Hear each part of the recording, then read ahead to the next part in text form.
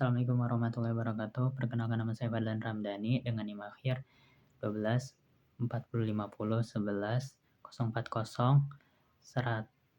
115. Akan membahas kualifikasi jurnalistik sebagai tugas daripada mata kuliah jurnalistik yang diampu oleh Ibu dosen Bu Vita Fatur Rohmah, MSI. Apa itu jurnalistik? Jurnalistik singkatnya adalah proses mengumpulkan, mengelola, menulis, dan menyebarkan informasi kepada publik melalui media massa. Jika melihat sejarahnya, jurnalistik berkembang sejak penemuan mesin cetak oleh Johannes Gutenberg pada abad 15 yang memungkinkan informasi disebarkan secara luas atau secara massal, dan itu pada abad 18 surat kabar muncul di Eropa menjadi bentuk awal kegiatan jurnalistik modern.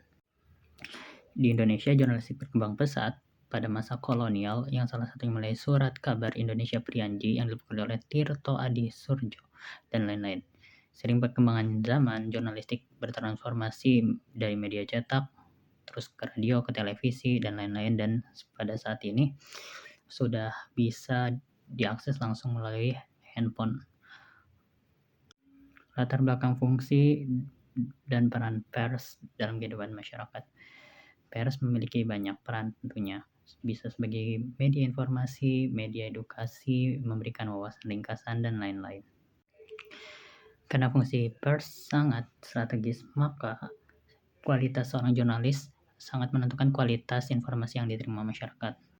Nah, masuk ke topik utama, saya akan membahas tentang kualifikasi jurnalis. Apa itu kualifikasi jurnalis? Kualifikasi jurnalis adalah kemampuan standar yang harus dimiliki oleh seorang jurnalis atau sikapnya juga untuk menjalankan profesi jurnalistik secara profesional.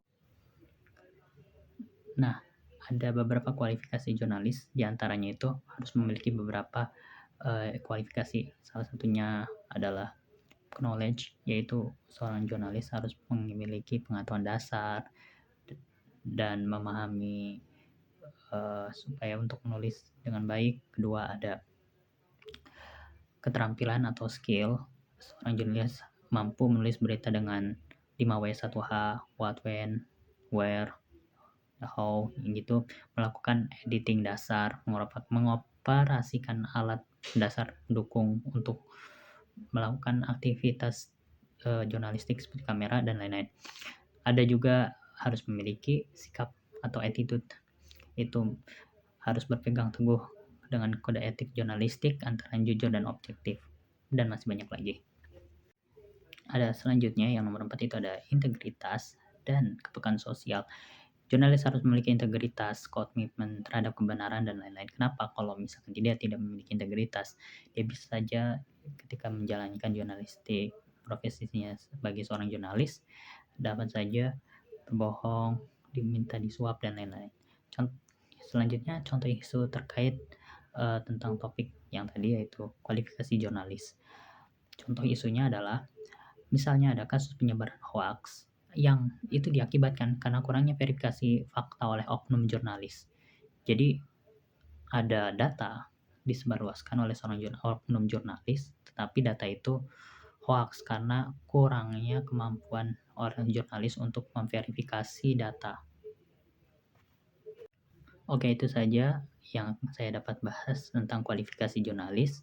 Semoga mendapatkan insight atau pencerahan atau bahkan inspirasi untuk bagaimana caranya menjadi seorang jurnalis yang memiliki standar yang sangat baik. Kurang lebihnya mohon maaf.